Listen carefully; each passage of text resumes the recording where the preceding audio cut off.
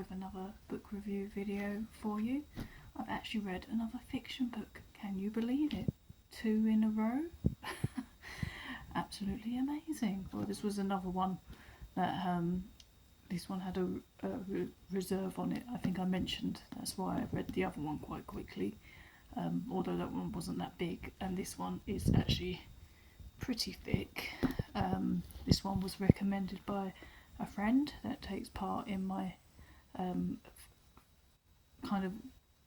it's kind of turned into a women's online circle, but actually it's for anybody. But I have like an online circle every other Sunday, and it's called Fairy Coven, and so we talk about fairies quite a bit because it stemmed from some circle courses I did a few years ago now, based on the Fairy Oracle deck and the Oracle of the Dragon Fae decks. But yeah, anyway, that's beside the point. One of the people that attends regularly and attended all of those things for years and still attends regular, she recommended this particular book to me. This is called The Scalar and the Last Fairy Door, and it's by H.G. Parry. So yeah, it is obviously it's kind of like a historical fantasy. This is the blurb. Camford 1920. Gilded and glittering, England's secret magical academy is no place for Clover, a commoner.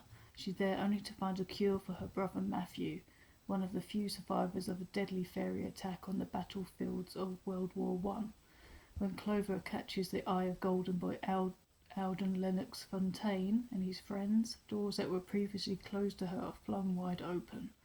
But during the summer she spends in Alden's orbit, old and deadly secrets are unearthed. The consequences will only be truly understood many years later when it's too late. I kind of rated this one kind of average, and I love fairy stuff.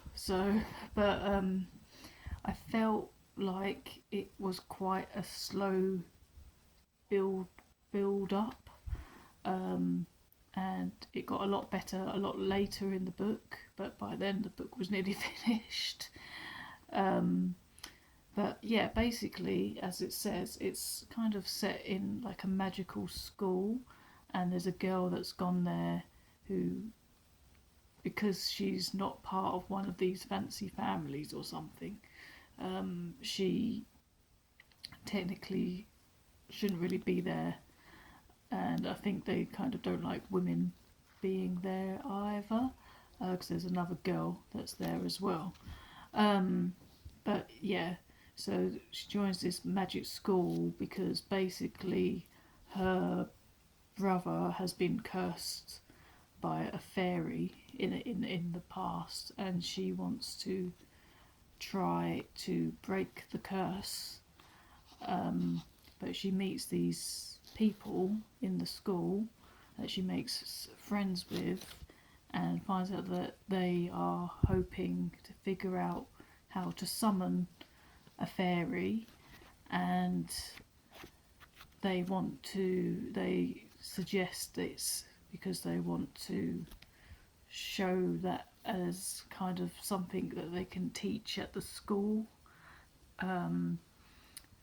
because there was basically something that happened that meant fairy magic wasn't taught anymore, because there was some thing, I forgot what they called it now, but there was a big war with very deadly fairy attack, basically. The Accord, I think that's what they called it. So fairy magic was no longer allowed, and all the doors to fairy land, and to allow fairies in, was closed. So it was a bit of a dangerous risk that they were taking to look to summon a fairy. But yeah, so as you can imagine, It's all very risky, and then she finds out a bit more about what one of the other people wants to do. It's all not. I don't want to give away the book, but it's not all as it first appears. But yeah, I mean, it is really long, and I think it could be. I honestly think it could have been a little bit shorter, because I really feel like it was a really big build up. I mean, I don't think properly faerie really came into it until about 200 pages in.